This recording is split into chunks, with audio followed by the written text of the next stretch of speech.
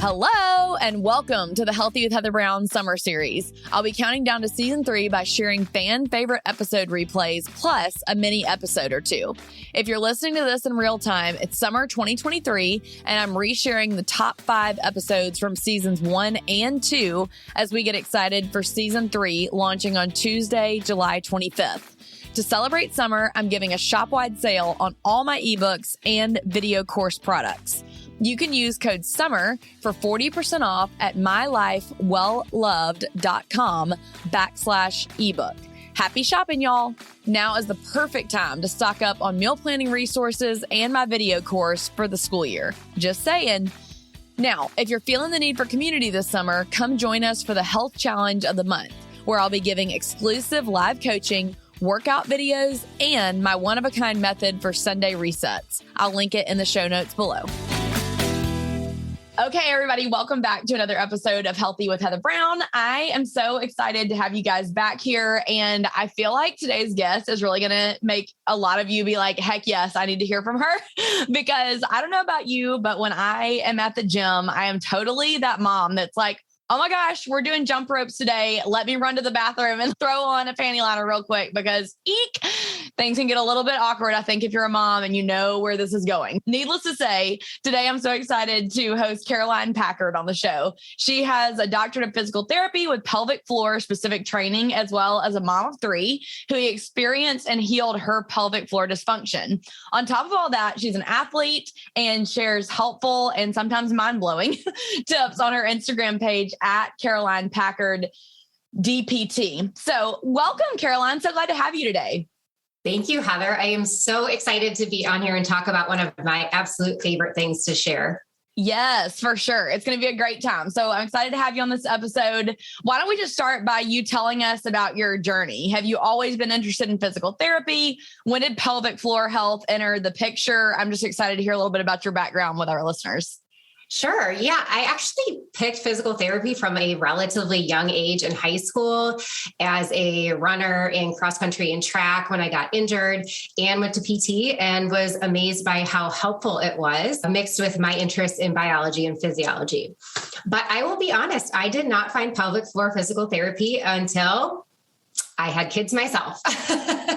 Yes. And unfortunately had my own pelvic floor issues immediately after the birth of my first. And that really just sent me on a journey professionally. I dove headfirst into the continuing ed courses and just gobbled up everything I could read, coupled with my experience and love for different forms of fitness on how I could heal myself.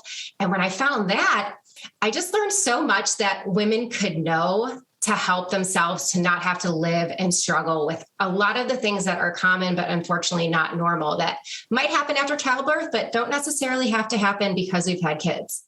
Okay, interesting. So it does tend to happen to women, typically, you would say, after having kids, but are there other factors that might play into it otherwise, like age, or tell me a little bit about what else you mean? So we're finding that young athletes are actually struggling with stress incontinence. So that's the involuntary loss of urine during sporting activities, commonly things like gymnastics, runners, CrossFit. And it is typically demonizing the sport itself. But really, if we taught these athletes a different mechanism of using their muscles and their breath, we could see a great improvement in their symptoms. And so I think we're just setting up our younger future to have these pelvic floor issues, perhaps because they've existed since a young age. And then maybe on top of that, they're having kids, and then they're starting to see some of these issues. Oh, that definitely makes sense. So I know that we'll get into a little bit more about this perhaps later, but I'd love for you to talk with us a little bit just about what those different mechanisms you mentioned, and also how to control your breath. What could our listeners do? Let's say that some of our listeners go to CrossFit, or I go to Burn Boot Camp. What can they be doing, and I can be doing as I'm working out to help work on those things? Yeah, totally. So the first thing is always learning how to breathe the right way. So before you even throw that into the exercise mix, you need to learn how to diaphragm breathe. And I share a ton about this, but it's not natural to us. And most of us fall out of that pattern. So trying to retrain something like breathing that you never stop to think about can be really challenging. So initially you need to just take a step back and lay on your back for 5 minutes and realize if you breathe with your chest or do you breathe with your diaphragm. And the whole key to why that's important is because our diaphragm sits like an umbrella above our pelvic floor, which is a bowl. And those two work together to lengthen and contract the pelvic floor. And when we can contract and lift the pelvic floor effectively, we can really work on strengthening and combating anything like prolapse or leaking during exercise. So one, you need to figure that out. And then number two, you apply those concepts to exercise, setting yourself up in the posture to allow those two things to work together, and then practicing it. Exhale on exertion, that will connect the pelvic floor to lift and minimize impact, minimize leaking, and working through all of those things. Okay. So Caroline, I had to ask you, I know that when I look at your account on Instagram, I obviously see that you're a physical therapist and that you work out. What type of training do you typically do? I love to, I guess I'd like to do it all. I've been a lifelong runner, but when I had kids, that kind of changed. I didn't have time to go out and run 8 miles. And so I can't imagine why not. Yeah, maybe with the first one. I probably did with the first one, which is why I ended up with more pelvic floor issues than I would have liked. But I really transitioned and found the value in strength training. And I love doing that. I love lifting heavy. I love to share just a little bit lighter weight circuit workouts. And I absolutely love yoga. I'm kind of a mixture of everything. Awesome. I'm the same way. I tend to get bored if I don't keep my workouts interesting. So especially if I don't end up going to burn on a day. I taught Pure Barre for a decade, which has yoga elements in it. And I just love getting a good variety. And I think that's so important for us as women and just as human beings to keep it interesting and to kind of surprise your body every now and again as well. So we talked a little bit about how having kids changed your workout routine and obviously then led to the pelvic floor stuff. So you have 3 kids, right? Yes. Okay. So how did having kids change your perspective on your body and just life in general? And how did that also change with each child, perhaps? Sure. I'll tell you, pregnancy was a doozy for me. Pregnancy, postpartum, it's quite a journey to go through. And I know you can do that. You understand that. And I'm sure so many other women identify with that. And all the mamas said amen. Yeah. But sitting where I'm at now, it really has just been such a learning experience. From my 20s, where I didn't really think about what I was doing, I was always active and it was fine. It was really one of those moments in life where you don't realize what you have until it's gone. And that really was, for me, I couldn't run without leaking. And I loved running. And running is physical, but for a lot of people, different types of exercise are also emotionally fulfilling. And so that really was a hard hit. And it just really awakened that idea of taking care of our bodies, really fostering what we've been given because we only have one body, but we have a life to live. And putting that time into it is so well worth it. So that towards my body, that's what I've definitely learned. I want to be strong and healthy, but I also really just learned way more about the mental, physical connection and how those both really feed off of each other. And as someone with 3 kids and a husband with a busy job, I need to pour into myself physically and emotionally through that movement to be able to then take care of everybody else. So it's a message I want to encourage women to not give up on that fitness part of their life, to make the effort to find the time because it really is worth it and it will just start to bleed out into everything else. Oh my gosh. Yes. And one thing that you said, Caroline, that I so resonate with is what you're describing. I always say you can't pour from an empty cup. And I just feel like for me, and I know obviously for you, if I don't get my workout in and get those endorphins flowing, then I'm kind of like, you don't want to be around mommy today. Like it's not pretty. Oh, we can totally identify at this house with that. Yes. So I'm like, mamas, do yourself a favor and whatever you got to do to get your workout in or to do something that makes you feel more like you've got to schedule in the time to do that because nobody wants to be around the cranky mommy. Okay. So Caroline, one of the first things I saw about you on your Instagram that drew me to you, which I haven't even told you this yet, but so I used to teach at the Pure Bar here in Homewood, Alabama. And one of our owners actually really struggled with a lot of postpartum stuff. And she shares about that on her Instagram. So she shared your account on her stories. And that's how I found you. Was one of my friends and former bosses over at Pure Bar shared you and all your tips and knowledge about just your diaphragm breathing, like you were talking about. And when I clicked on your Instagram bio and it said, helping you stop peeing your pants, I thought, heck yes, I got to give this girl a follow. So that definitely hit home for me. And there's such like a stereotypical joke, of course, that once you have kids, you're definitely going to pee your pants. And that's just part of it. So what is your go-to answer when that topic comes up? Or like your go-to, it doesn't have to be that way. What do you tell women when they say that to you?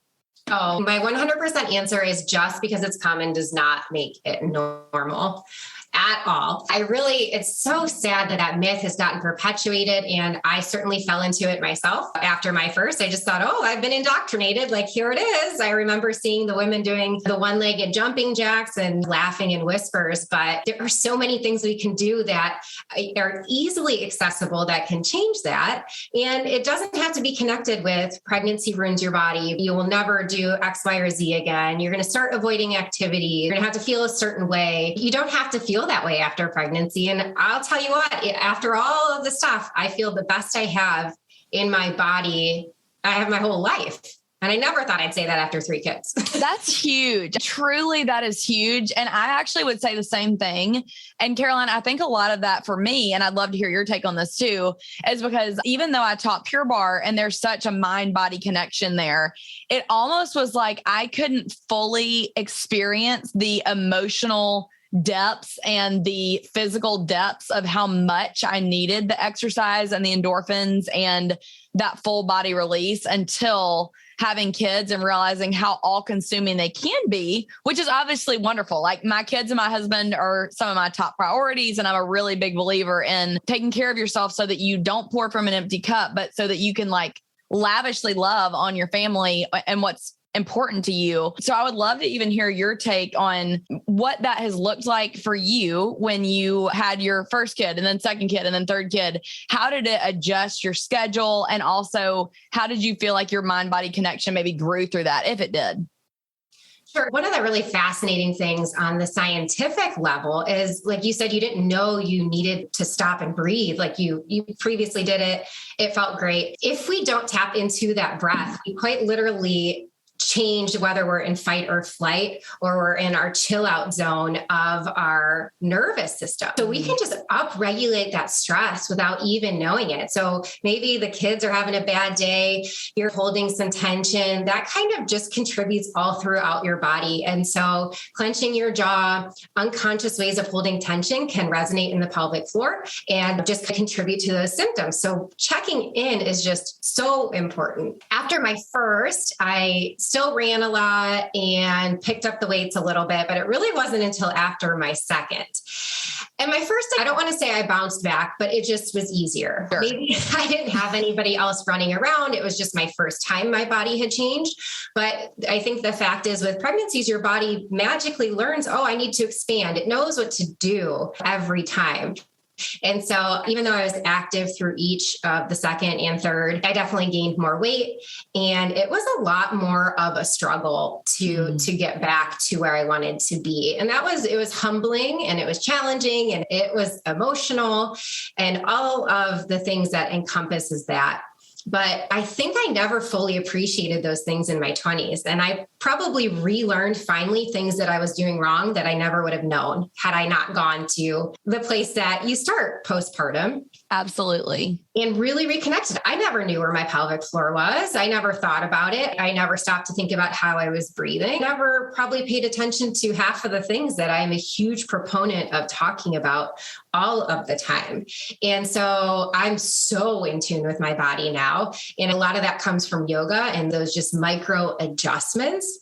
But when you start to tune in, that's when you can listen to what your body really needs. I need to run today. No, I need to do yoga today.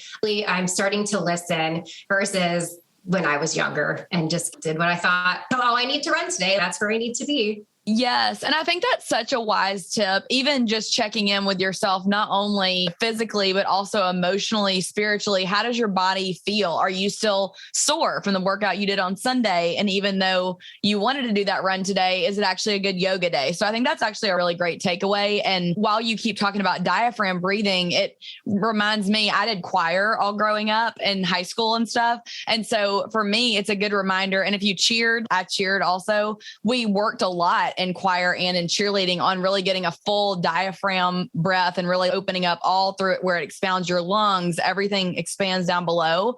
So I even think while you're listening to this and we're talking about stress and breathing, try out loud if you're in your car or in your kitchen or whatever, try to shrug your shoulders up and drop them down and take that deep breath and exhale 2 to 3 times. I feel like that's one thing that's been a game changer for me. And also for my 6-year-old, when we start to feel that stress or that anxiety or whatever it is coming up, if you just stop and take those 3 deep breaths, it's such a great coping mechanism as well.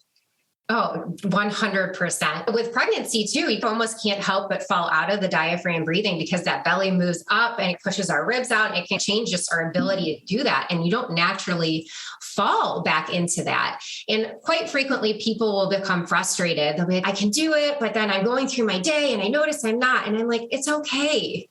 We all will. But the turning point is when you stop yourself, like you said, and you say, okay, I need to take a couple of deep breaths, and you feel and you understand that you were able to tap into that relaxation, and then you keep going. And that's how you see change, is when you can at least acknowledge that you've fallen back into that habit and correct it. If you could wave a magic wand over your life, what would you change right now? Well, hey, mama, if you've ever wondered what the best next steps are for you and your personal health journey, I made a fun quiz just with you in mind, because everyone loves a 60-second quiz. Am I right? It's free at the link in my show notes, and I really encourage you to take 60 seconds to invest in yourself today. I'd love to hear if your results surprise you. Chat with you soon, friend, in the DMs to nerd out over your health journey status. Having a great manicure is one thing that makes me feel like me, especially when I'm giving my nails a break from the acrylics at the salon. I love how Olive & June allows me to easily paint my natural nails and do my own petties at home. They have so many fun colors too. Honestly, I have a hard time picking between the lavenders, the electrics, all of it's so good. The Olive & June Mani system has everything you need for a salon quality manicure in one box, and the price breaks down to just $2 a mani. That's crazy town, y'all. You can customize it with your choice of 6 polishes, and this polish doesn't chip. It lasts for at least 7 days, even with my crazy mom life. It also includes Olive & June's award-winning cuticle serum and acetone-free polish remover pot. You should also check out their press-on nails or their quick dry polish. Visit olivejune.com/Heather for 20% off your first system. That's OLIVEANDJUNE.com/HEATHER for 20% off your first system. And add it to your Sunday reset next week and let me know what you think. And Caroline, I think that's such a key takeaway too, is that a lot of times and actually you were talking about this on your Instagram stories yesterday, I saw, but we so much as Americans and as a culture in a fast-paced world, we want fast results. And we're like, yes, I wanted to learn it yesterday and implement it today and never mess it up. But unfortunately, that's just not how the body is designed to work. The body is so adaptable and God made us so unique and cool. However, we have to be patient with it. And I think that's something that I have really had to learn post kids as well, is that you can really focus on changing your body just 1% each day. Everything that I learn is a 1% improvement growing towards health. There's never this like hit the final destination and I am the perfect healthy specimen. I would hope that nobody thinks I am perfect. I still have my struggles 100%, but I definitely have picked up a few things along the way to share with others, and I can totally identify with that.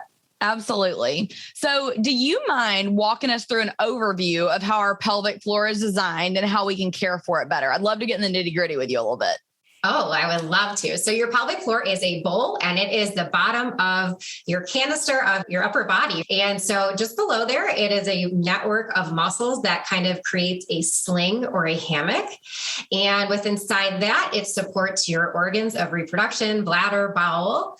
And it's obviously there for sexual intimacy as well as a sump pump to help us keep everything moving. So it's pretty darn important to us. No doubt. And allowing all of those functions to happen naturally. So Super again, cool.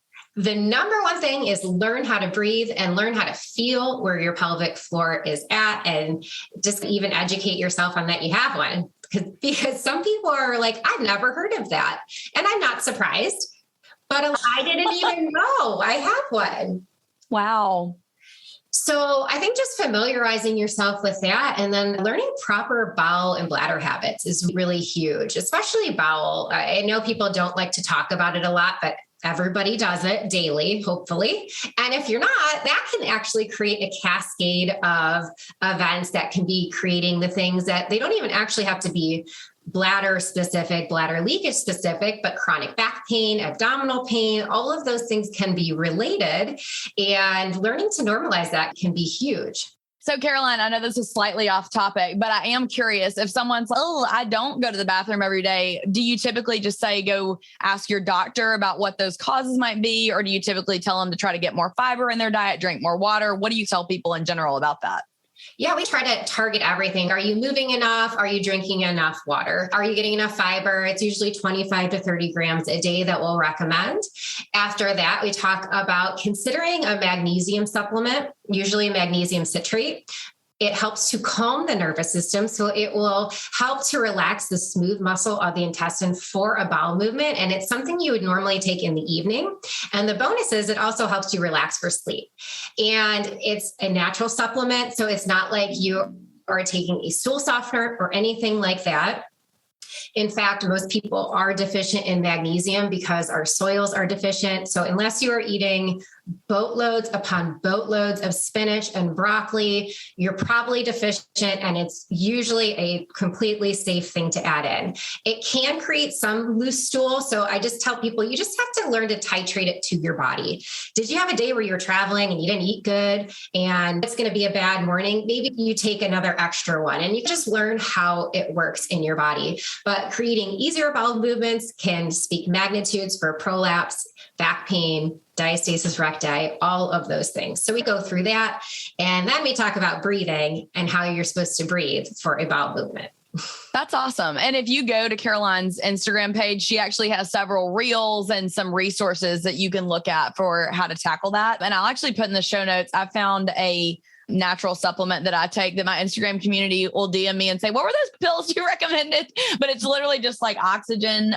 But I'll link them in the show notes so y'all can check those out too if you're interested. And then Caroline, what is one huge myth you have to work to overturn when it comes to women's health in this area? Are there any symptoms we maybe not realize are tied to this area of our bodies? I know you were just talking about actually constipation can be one.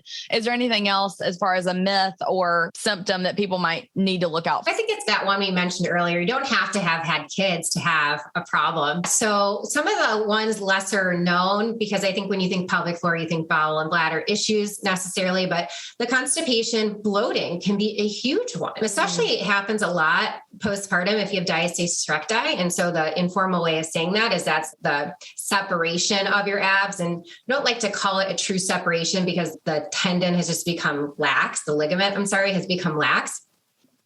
But if you can imagine, we've just disrupted the way all of those organs sit. And so bloating easily can be a common cause of a pelvic floor issue, as well as the dreaded mom pooch. And people will be like, I've never had kids and I have the pooch. And I'm like, yes, that's right. Because a tight pelvic floor can contribute to that. Not breathing properly can contribute to that. Other lesser known ones, your foot issues, because of how your hip is related. The hip joint connects to the everything. Wow. And I had not heard that. Yeah. If you're misaligned at your hip, how can that contribute down the kinetic chain, as we call it, causing foot issues, chronic hip pain, that kind of sacrum issue, that low back pain, chronic low back pain. I'm even going as far as saying neck pain. because TMJ, jaw grinding, is really associated with hypertonic pelvic floor and posture and upper chest breathing. And so you can see how those would feed off each other too. Okay. I'm like, Caroline, you've given me a long list of things I'm going to be talking to my chiropractor about. I'm like furiously taking notes. I checked all those boxes there. Hold on. Literally though, I'm like, I got the TMJ, like you name it, I got it. If other women are listening and they're feeling like me, oh, it sounds like she's talking about me. Shoot. So if they've had a baby like me, I have a 6 and a 3-year-old. And if they've had kids that are 9, 10, is it too late to rehab your pelvic floor? And like, how do you get help with that? No, it is never too late, especially as we age. Things are changing. Hormones are changing. We lose, 3 to 5% of our muscle mass every decade after the age of 30. So if we're not promoting that and doing it in the right way, or just, you don't want to say you're going downhill as you age. There are those changes that happen. So no, it's never too late to find help. And I always think too, I'm a conservative gal. I like conservative approach to things. I'd rather not cut things that don't need to be. And Sure. so if you can avoid surgery and you maybe get 85% improvement and a good control of your symptoms and know how to manage them, that you feel confident going through different activities in your life or approaching jumping jacks at the gym, I think that speaks volumes for carrying you through years before you might have to consider another intervention, if ever. Okay. Well, that's good to know. And this is, Caroline, you're going to maybe make fun of me for this question. It's kind of random, but I've been very into it recently and I've been studying it a lot. So what is your opinion on stomach vacuuming? Because I do feel like it also involves a lot of the muscles that are down there around the pelvic floor. So I was like, I wonder if it actually could help with that. Have you heard of that before? I have. I'm assuming you were talking about hypopressives, as they're generically called. Okay. And I have a little bit of mixed feelings on them. There are some studies that compare hypopressives to pelvic floor PT, and there's a little bit of mixed reviews. It's gotten a lot of really good press. Mm-hmm. Without a lot of the science backing it.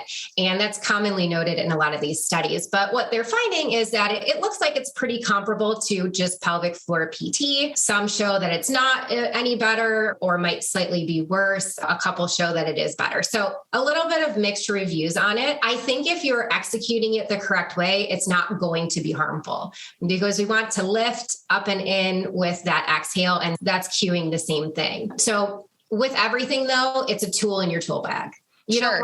There's no magic bullet. You don't want to rely heavily on it. I think it's fine to do if you're taught to do it the right way, but also learning to work with your pelvic floor is understanding how it should work in different movements, like squatting and running and jumping and lifting your baby up out of a crib if you have back pain or something like that. And so I do feel like that's part of the missing component that you miss with focusing too much on those, is not gathering those techniques. That's a good point. Yes. And I agree with you. I do think that a lot of times we just, again, want that one quick fix or the magic bullet. Health is more well-rounded than that for sure. Okay. So where should we start postpartum when we're approaching that part of our bodies? And I am assuming that you might say to try to find a good pelvic floor specialist if you need extra help in that. So how would we know to get one of those and what makes a good one in our area? So one, you want to start with breathing. We're going to send blood flow, massage the tissues of the abdominal wall and the pelvic floor. And you want to just start to reconnect to those pelvic floor muscles. And you can do that whenever. There is this arbitrary 6-week thing that's been set up that we don't do any movement until 6 weeks. Even if it's your first baby, you're lifting car seats, you're doing things. And they get heavy with that baby in there. Oh my gosh. And if you're lifting it up into an SUV and then not even talk about if you already have other kids running around, I'm like, why are we not telling women how to reconnect to their core until 6 weeks? It actually is crazy when you think about it. And then most think, the OB said, just go back to whatever you want to do. I haven't done anything for 6 weeks. My body did all of these changes. I'm just going to go back to running. And we've just really done women a disservice there. I mean, myself and a lot of pelvic PTs are a huge proponent. Why can't it be an automatic referral? You don't have to have issues, because if you don't know where it's at and you don't know how to work it, I'm going to bet you could benefit from even a couple visits to learn where to be. And I just wonder, where would women be as they do age? Would they not be ending up with things like prolapse and worsening stress incontinence if we gave them a little bit of a leg up initially? So be proactive about it. Just tell your doctor you want a referral. I know that the provider-patient interaction can be challenging sometimes. It's often a barrier. Doctors will say, oh, you're fine. I did my exam. I didn't see anything. But any of the symptoms of pain, pelvic pressure, leaking urine or gas, back pain, none of those things are ever normal at any point in the continuum of pregnancy, postpartum, so on and so forth. So there's a lot that can be done.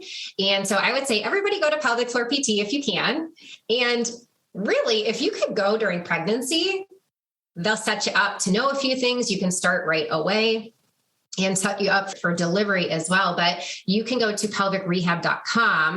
And if there is a provider near you who has registered on that website and trained through the Herman and Wallace Institute, you will be able to find them on there.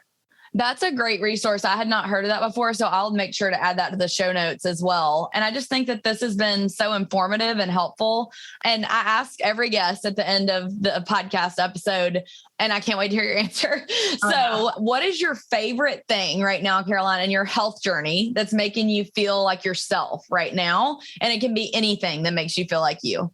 I would say where I'm in Michigan, so it's cold like 6 months of the year. We have so much nice weather right now. So just being outside and doing movement outside, really running, trail running, take my yoga mat outside, and I will do yoga outside, and just being with the kids and being playful on the trampoline and whatever else, just really enjoying nature and kind of getting that feel good things. Oh my gosh, Caroline, I had to tell you a quick story about that then. Okay. I am the same way. I'm a big believer in getting your vitamin D and being outside when you can. I even know like in the Hard 75 program, you're required every day to work out, at least one workout, you have to be outside. And there's huge like medical science and research that shows all the health benefits of being outside. So I'm 100% on board with you on that. However, I had my first little drawback / snafu with that whole thought process about 2 weeks ago. I was outside teaching myself a Pure Barre class in my backyard. And all of a sudden I started to feel a little itchy, and I was like, I'm sure it's fine. It's probably just my skin rubbing and sweat, whatever. Oh no, I was apparently way too into my workout, because when I came inside, I realized that a spider had crawled into my sports bra and bit me 3 or 4 times all over my side and chest. It was terrible. That sounds terrible. So yes, get outside and also be aware of the spiders and the bugs. Oh yeah. I probably usually inhale at least one bug every time when I'm running. You just get your little extra protein. It's fine. Yeah. Oh my gosh. So great. Caroline, I'm so thankful that you joined me today. Make sure you go follow Caroline at Caroline Packard DPT on Instagram. And we are so excited that you joined us today. And you can find me on Instagram at Healthy with Heather Brown. And we will see you guys next time. Thanks, Heather. Thank you so much. If y'all think I'm a little crazy, just wait till my favorite guest joins me in the Marriage Corner. It's my hubby, Eric. Okay, Eric. So I know that you cannot wait to talk about this podcast episode that I just recorded. It was with Caroline Packard, and she is a physical therapist that helps specifically with women postpartum. Do you know what happens when women jump rope after they've had a baby a lot of times? I've heard stories. Sure. I got the cliff notes of your interview. Heard something about pelvic floor. Yep. Kind of different kind of exercises. Yep. Good breathing. Working on your posture. I think the exercise rhymes with bagels. Maybe. Oh gosh, we did not talk about that, but that's hilarious. Is that right? Bagels? Yes, it's bagels. Good job, babe. Oh my gosh. So one of the things that Caroline and I talked about that I would actually love to hear your perspective on is how your life changes after kids, both with like your physical aspect. For women, obviously it's a little bit different, but like the way that you work out and just how your life in general changes after having kids. What would you say like your kind of biggest takeaways were, maybe even after having Leighton, and then how did it change again after having Finn?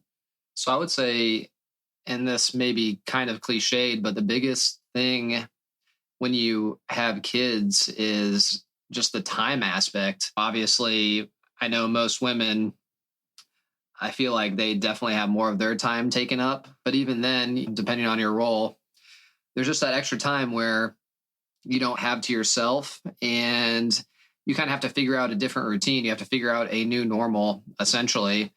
And I know initially with Leighton, and this happened with Finn as well, too. I remember there was a period of time where I didn't have that same routine, where I couldn't go to the gym routinely or do the same things that I was doing before. And I think that's natural. But also, too, I look back at some of the pictures and you just feel like you're putting all your time, your energy, you're not getting a lot of sleep. And I know this is one thing you and I talk about a lot, how important, I think people don't realize how important a good night's sleep is for your overall health, as far as weight management, stress hormones, and things of that nature. But just managing time, finding that new routine when you have a kid, and then eventually just knowing in your mind you want to get back to that place, and figuring out how you can make time for yourself and your physical fitness, and how you can maybe even implement some diet changes as well, too. So that's what I would say. It's just the time aspect of having a new kid. Yeah, for sure. And I feel like after we had Leighton, obviously I have talked about that I had a really rough, like a pretty traumatic, I would say, birth experience with Leighton. And for Eric and I, it was just really, I feel like, a weird dynamic shift for us in our marriage, which it is for everybody when you have your first kid. But for me to go from being all out, going all the time, like the Energizer Bunny, to then literally you having to say to me, Heather, you did a good job today if you literally took care of the baby and you're helping your body heal by just like being here and being still with him. And I remember that being so stinking hard for me because I am such an achiever. So I have talked about this actually in my intro episode, but truly I could not have made it in those first 2, 4, 6 weeks after having Leighton without you and such great support, because it was truly like one of the most pivotal moments in my life, becoming a mom and then also struggling with PPD and all those things. But then even just as a woman trying to figure out physically how to nurse myself back to health and to get back into, like you're saying, what does it look like to work out now when it feels like my body's broken? And I think what you said about initially when you first have kids or you have any type of change, sometimes it's okay to go through that transition period of just being present and being content in the moment. And I know those were some of the most special times with me with both Leighton and Finn when they were first newborns. And the only thing you have to do is just be there for them. And just having that simplicity in your life, there's something to be said for that. And it's okay to put a couple things on the back burner. We talk about balance in our lives a lot and how we always want to come back in balance, but there's going to be times in your life where different things take priority. And obviously when you have a kid, that's going to be the number one priority, and more so at the very beginning of the process. And then, as you mentioned, you want to work to find that holistic balance of your own personal health, your diet, your spiritual health, as long as you are trying to get back to those things. But you're going to be out of balance in life as long as you try and get back and find your baseline, essentially. Yes, for sure. And I think that I really had to learn to give myself a lot of grace in that season. And Eric, you were a really good support at reminding me of that. And I always get almost tearful when I think about that time after having Leighton, just because it was so like soul and physical and emotionally crushing for me, but also like feeling the most elated I'd ever been. It was such high highs. Like obviously, like they lay your baby on your chest and it's one of the best moments of your entire life. And then also to hear, and you're not allowed to walk past your mailbox for 2 weeks. For me, that was just mind blowing. So I can't thank you enough for reminding me to give myself grace and reminding me to lower my hard inner critic, I guess, like expectations of myself in those early days. Well, I appreciate you saying that. Of course. So I know you wanted me to come up with another question in our marriage corner. Obviously, always a good call. Yes. And I'm going to try and make a nice transition here of how segue, if you will. But we were just talking about balance in our lives. And sometimes part of balance is your diet. And you can't always be on strict diets. You can't always be doing Whole30. You can't always be doing keto. You got to have that balance. And sometimes having that balance is having a cheat meal here or there. Or a cheat day, whatever you need. Whatever you need. I think we're big believers in that. We want to enjoy food and we enjoy having meals together. So with that being said, the question I have for you today is I want you to give me your Mount Rushmore of cheat foods or cheat meals that you enjoy. So before we get into the Mount Rushmore, I have a second question. Oh, wow. Okay, bring it. All right. But can you name the 4 presidents on Mount Rushmore? Oh, no. Why do you have to do this to me? Oh, my gosh. I know you got a couple of them. All right. Do I? Oh, gosh. This is about to get rough. Right. Y'all don't judge my history knowledge. Is George Washington one? Ding, ding. Number 1. Oh, yes. Okay, great. One for one. Thomas Jefferson. Yeah, that was not one of the most commonly named ones. Boom. All Okay. Right, you got probably the 3rd most difficult one out of the way, I would say. Oh, okay. What about, is there a guy named Sam up there? President Sam. Yes, President Sam is on Mount Rushmore. Is it like Sam Adams? No, that's a beer. Yep. Sam Adams. Yep. The beer guy is on Mount. No. Dang it. All okay. Right, so think about Abraham Lincoln. Abraham Lincoln. Yes. Yeah, you got that one. All right. So the 4th one, probably the most difficult one. Uh-huh. But this is a president that there's actually 2 presidents with this last name. And I've already said Abraham Lincoln, George Washington, and Thomas Jefferson. Bush. Wow. I know that's wrong, but that's the only one I can think of. 2 presidents. Majestic facade of, I don't know which Bush on Mount Rushmore. So the 4th, Teddy Roosevelt. Oh, dang. I feel like I could have maybe eventually gotten there, but it would have taken me a hot 3 minute. out of 4 is not bad. So Thomas Jefferson was a nice pull. I don't know. Yeah, that was impressive. Do you want to tell them about our 9 planets conversation? This is making me think of that. Yeah, that was the inspiration for the question on Mount Rushmore. So really quick story. When we were first dating, just a random question for Heather. I said, Heather, can you name the planets starting from closest to the sun all the way on back? And Heather's, oh yeah, I've got Easy. this. She's like, up. So like my very excellent mother just made us 9 pizzas is another one. So that's it. But I don't know if people watch Saved by the Bell. If you were an 80s kid, 90s kid, you watched Saved by the Bell. And that was the acronym, I believe, that they used in Saved by the Bell. So Heather was like, oh yeah, I've got this. So she says her little acronym. She's like, Mercury. Yep, great.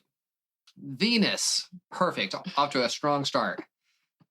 All of a sudden, dead silence. Blank, nothing. Eric, I can't remember. What is the E? What is the E? Just sit there for a minute. Stunned, probably. I was like, Earth, Heather.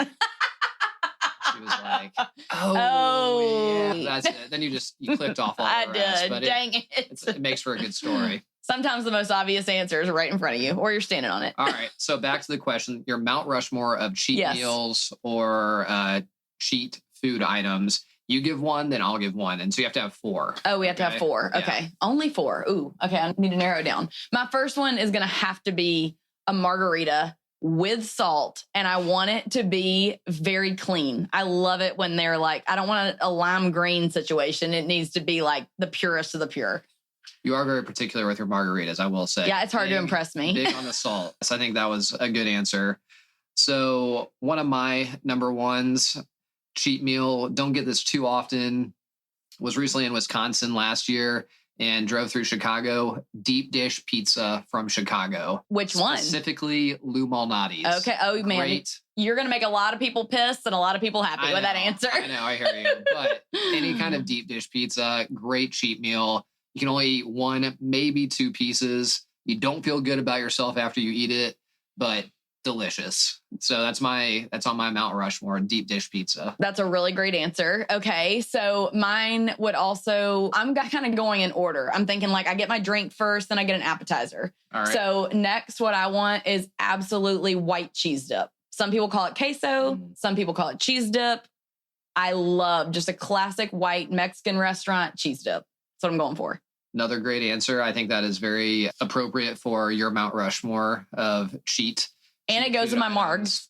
Goes with my margaritas. You got a nice theme going on. I do. I'm about to break it next. Mine is all over the board. So I'm going dessert now. Oh, okay. This is a recent cheat thing, but chocolate peanut butter Haagen-Dazs ice cream. If you have not had it, it is by far the best flavor from Haagen-Dazs. It is delicious. Where did you have this recently? With Leighton? It was a cheat that I bought for myself. I don't think I told you about it. I don't think you did either. I ate it very quickly too. think it was right around it was like a birthday gift to myself, essentially. Oh, I love it. Great work. But it was delicious. Sometimes you do just got to treat yourself. Yes. Okay, that's good. I thought you took Layton ice cream, but no. Nope, myself. Okay, that's a good answer. So third on my list, I would have to say I would just go classic cheese pizza. I love just a plain cheese pizza. I don't want pepperoni on it.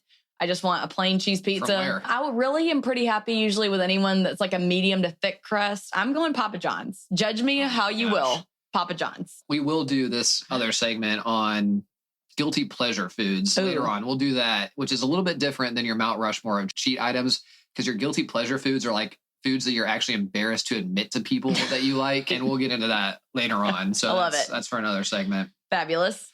All right. Cheese pizza. That did swerve a little bit from your theme. It did. So I've got a few listed here. I'm trying to figure out which one I'm going to go with next. Kind of along with your like classic cheese pizza line, I have to go cheeseburger. Oh, that's perfect for you. That has to go on Mount Rushmore. There's a couple great options, specific options. Growing up in Fort Wayne, Indiana, there's a place called Powers Hamburgers. They're these little sliders.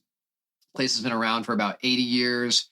Chopped fine onions, kind of like a White Castle, but... Or for my Southerners, Crystal. Crystal, not mass-produced. This little grill inside this place. You come out of the Powers Hamburgers, you smell like onions, you smell terrible. They're going to sit with you for the rest of the day. You do not feel good about yourself once again, but they are delicious. A lot of self-loathing after you eat 8 Powers Hamburgers, I'm just saying. Have you done 8 before or more? I think 8 was my record. Okay, good work. Solid. So Jack Brown's Burgers in Birmingham, Alabama, they have great cheeseburgers as well, too. And I would put them right up there. Oh, wow. That's strong for you. Yeah. Okay, so my last one, right? Number 4. One. So this is your Teddy Roosevelt of cheat items. Correct. Cheat meals. I think that you're going to think it's kind of lame, but you're also going to not be surprised that I put this on the list. It's TCBY, white chocolate mousse, but I want the cookie dough on the side. It cannot go into the white chocolate mousse because then it messes with the texture. I love cookie dough. I love white chocolate. It's the best of both worlds combined. Hey, it's your Mount Rushmore. You can do whatever you want. I can honestly say I do not understand your love for TCBY yogurt, but you know what? It's your Mount Rushmore. That's right. Let me live my life. That is your cheat item, your cheat meal. So that is your Mount Rushmore. Right? Yes, So I'm happy with it. You got queso dip. You've got margarita, you got a plain cheese pizza, and white chocolate TCBY yogurt. I'm noticing a theme of white. I like some white foods. Yeah, very eclectic. Uh-huh. All right, so my 4th, I was torn here between 2 different items. So the first one is I'm a huge fish and chips fan. Yes, he is. Best fish. one you've ever had. You know what? A place here in Birmingham, Little London, great fish and chips. Wow. And this is a humble brag, but the second one was in New Zealand. Anywhere you went in New Zealand, great fish and chips. They can't mess it up. Can't mess it up. It's delicious. But I honestly think I'm going to go with my last item is Indian food. He loves some Indian food and he never learns his lesson to tame down the heat. I was gonna talk about this. Great, so, bring it. Yeah, you can obviously order your Indian food mild, medium, or hot. And there's different food items depending on what spiciness could be. But yeah, I always think, oh yeah, I can handle the spice. No big deal. It's always a mistake. There's nothing worse than having a spicy Indian food than going to work the next day. Your stomach is just torn to shreds. Ain't nothing you can do about it. Yeah, you still choose it. Oh, it's so delicious. It's so delicious going down. I love it. So get that naan bread. But yeah, tell them your go-to Indian food. The classic, the chicken tikka masala is always great. I love a good vegetable korma. Sometimes we'll branch out to some different items. I'll try it all, but yeah, Indian food in general, great cheat meal. I would agree. And I was really freaked out by the whole Indian food concept, but man, you get me some of that classic naan bread. I'm a happy camper. It is so good. Dip it in the sauce. Eric, another great question. I'm not surprised at all. So thanks for bringing literally the heat with your Indian food answer. Lots of heat. Okay, this wraps up the Marriage Corner and another episode of Healthy with Heather Brown and Eric Brown. We're so glad that you guys joined us today. If you have not had a chance yet to rate and review the podcast, we would so appreciate it. When you do that, it helps more people find us. And really, that truly is the lifeblood of any podcast. So we would appreciate your support in that way. And I hope you guys have a great day. Hey girl, hey! If you're loving the show, I would love to hear from you. Please be sure to go on over to your podcast app, scroll down to where it says ratings and reviews, and tell me your thoughts. It really does mean so much. Your words might just be what the next person needs to tune in and start living a healthier life from the inside out. Thanks.